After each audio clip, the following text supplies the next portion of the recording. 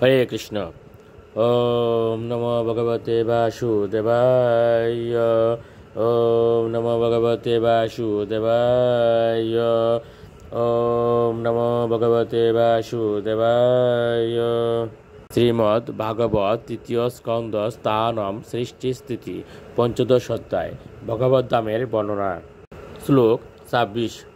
তদ্বিশ্ব গুরু বোধিকৃতম ভুবনৈকবন্ধম দিব্যম বিচিত্র বিবুদাগ্র বিমান শুচিয় আপু পরামোদম পূর্বম প্রত্যুগ মায়া বলেন মুনয়স্তদ অতো বিকুণ্ঠম। অনুবাদ: এইভাবে সনক, সনাতন, সনন্দন ও সনত কুমার নামক মহর্ষিগণ তাদের যোগশক্তির প্রভাবে চিৎজগতে উপরোক্ত বৈকুণ্ঠ লোকে পৌঁছে অভূতপূর্ব আনন্দ অনুভব করেছিলেন। তারা দেখেছিলেন যে সেই পরব্রহ্ম সর্বোত্তম ভক্তদের দ্বারা চালিত পরম অলঙ্কৃত বিমানসমূহের দ্বারা দীপ্তিমান এবং স্বয়ং ভগবানের দ্বারা অধিকৃত। শ্লোক 27। তস্মিন অতীত্য মুনয় সরসজ্জমানাহ কক্ষাহ সমান বয়সাবত সপ্তমায়াম দেবাপচক্ষত গৃহীত গদৌ পরার্ধ কেয়ূর কুণ্ডল কিরীট বিটঙ্ক বেশৌ। অনুবাদ: ভগবানের আবাস বৈকুণ্ঠপুরীর 6টি দ্বার তারা অতিক্রম করলেন।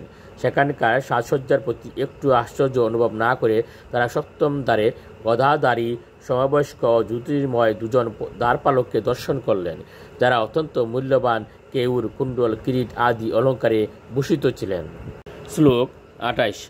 মত্তদিরেপ বনমালিকয়া নিবিতৌ বিনস্তয়াশিত চতুষ্টয় বাহুমধ্যে বক্তৃম ব্রুবা কুটিলয়া স্ফুট নির্গমাবাম রক্তাক্ষণেন চ মনাগ্রবশম দদানৌ। অনুবাদ: সেই দ্বারপালদ্বয় মত্ত ভ্রমরবেষ্টিত বনমালা দ্বারা ভূষিত ছিলেন, যা তাদের নীল বর্ণ বাহু চতুষ্টয়ের মধ্যে বিন্যস্ত ছিল। তাদের বঙ্কিম ভূর্ভঙ্গি, অসন্তুষ্ট নাসাপুট ও আরক্তিম লোচনের দ্বারা উভয়কেই কিছুটা ক্ষুব্ধ বলে মনে হচ্ছিল। শ্লোক 29।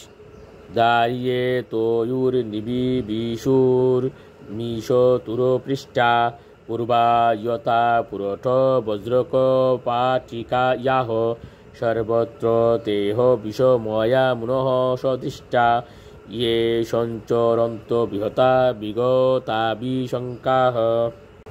অনুবাদ: সনকাদি ঋষিদের গতি সর্বত্র অবারিত ছিল।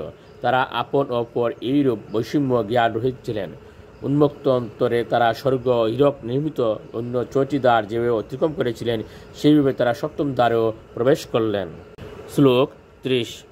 তান বৃক্ষ বাত বসনাম চতুর কুমারান বৃদ্ধান দশার্ধ বয়স বিদিতাত্মতত্ত্বান বেত্রেন চাস্তলয় তাম এব তৎ অর্হনামস্তৌ তেজোভিষ্য ভগবৎ প্রতিকূলশীলৌ। অনুবাদ: সেই 4 জন দিগম্বর বালক ঋষিরা যদিও ছিলেন সমস্ত জীবীদের মধ্যে সবচেয়ে বৃদ্ধ আত্মতত্ত্ববেত্তা, তবু তাদের দেখতে ঠিক 5 বছরের শিশুর মতো। কিন্তু ভগবানের অসন্তোষকারক স্বভাবসম্বলিত সেই দ্বারপালেরা যখন ঋষিদের দেখলেন, তখন তারা তাদের মহিমার অবজ্ঞা করে তাদের পথ অবরুদ্ধ করলেন, যদিও ঋষিদের প্রতি তাদের এই ব্যবহার ছিল অনুচিত। হরে কৃষ্ণ।